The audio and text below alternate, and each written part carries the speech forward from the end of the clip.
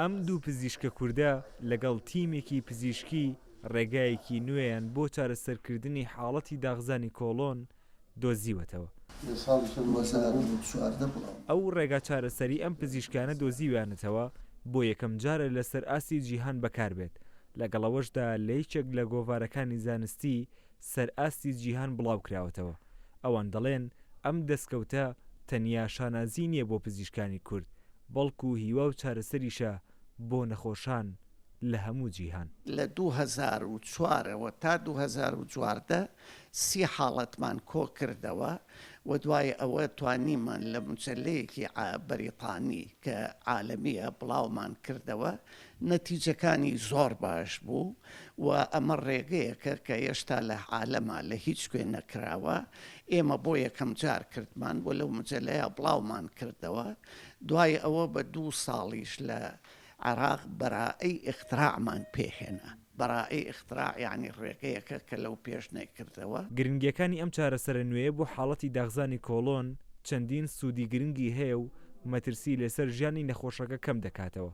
ئەوانیش بریتین لەوەی نەشتەرگەریەکە دەتوانرێت بە بەنجی ناوچەیی واتە نیوەبەنج ئەنجام بدرێت.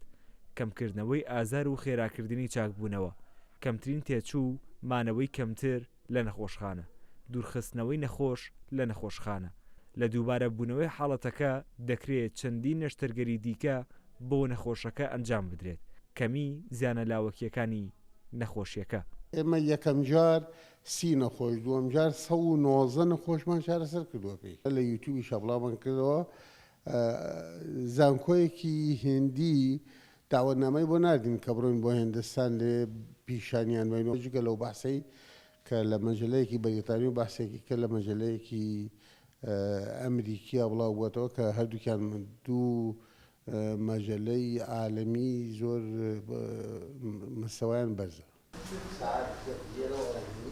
ئەم دوو پزیشکە دایانەوێ ئیدی ئەم ڕێگا چارەسەریە نوێیە لە تەواوی هەرێمی کوردستان بەکاربێت و لە داهاتووشدا بتوانرێ سوودی گەورەی لێ ببینرێت.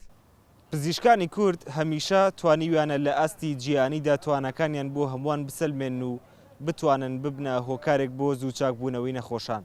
ئێستاش دایانەوێت لە داهاتوودا کاری زیاتر بکەن و داهێنانی گرنگتر لە بواری پزیشکیدا بدۆزنەوە. بڕوابادین کورساد نیوس، سلێمانی.